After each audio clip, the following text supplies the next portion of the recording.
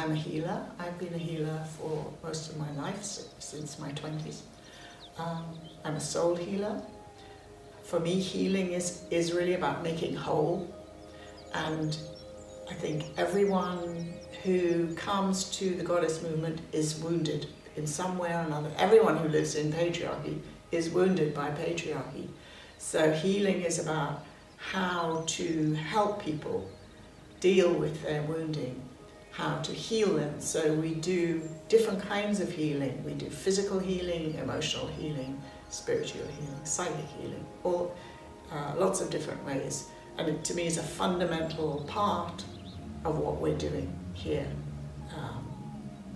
And Goddess House, which is the house that we're sitting in, is a healing house. We're sitting in her healing temple because everybody needs healing. And healing is because the wounds that we carry, the emotional wounds that we carry from living within a society that does not value us, does not honor us as individuals, or does not honor the values that we have, does not honor the feminine in any way, and that impacts on individuals, on women and men and children, it impacts on everyone. So for me, it's a very fundamental part of what we offer. And here in Goddess House, we have set up a goddess healing community, which is really to offer healing to the public, all kinds of therapies, treatments, alternative therapies, and particularly healing. And healing is energetic healing that helps a person to connect to the energy of their own soul, which is what heals them.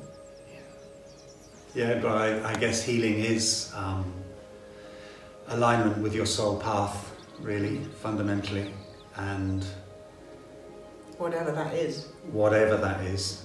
So it's definitely, your soul path doesn't have to be goddess at all, but every individual has, the more every individual can align with their soul path, then the more they will move forward in harmony and with happiness in their life. But in order to align with your soul path, that there can be extreme disruption at the beginning of that. If you're coming from a life where you're completely not aligned with your soul path, and particularly in our modern world, particularly with the kind of society we live in and the kind of jobs you might end up doing, and the kind of life you might end up living outside of that job, you might not be aligned at all, and so a lot of things would have to fall away in order for you to have the freedom to align with your soul path, because it takes a lot of individual changes to get that alignment going, and that will happen through synchronicities and through signs, and that you will be able to find your way, so that the healing within that is all helping this soul connection to take place. And once the connection with your soul can take place, then changes will happen in your life. And your soul is that part of you which is the divine in you, that is love, that is the universal love, and that is goddess within. So it's like, how do we align to that energy and that part of us, that invisible part of us, that knows what we are doing, that knows where we are going, that knows what our life purpose is. We have people who are very skillful in helping others to find that way forward.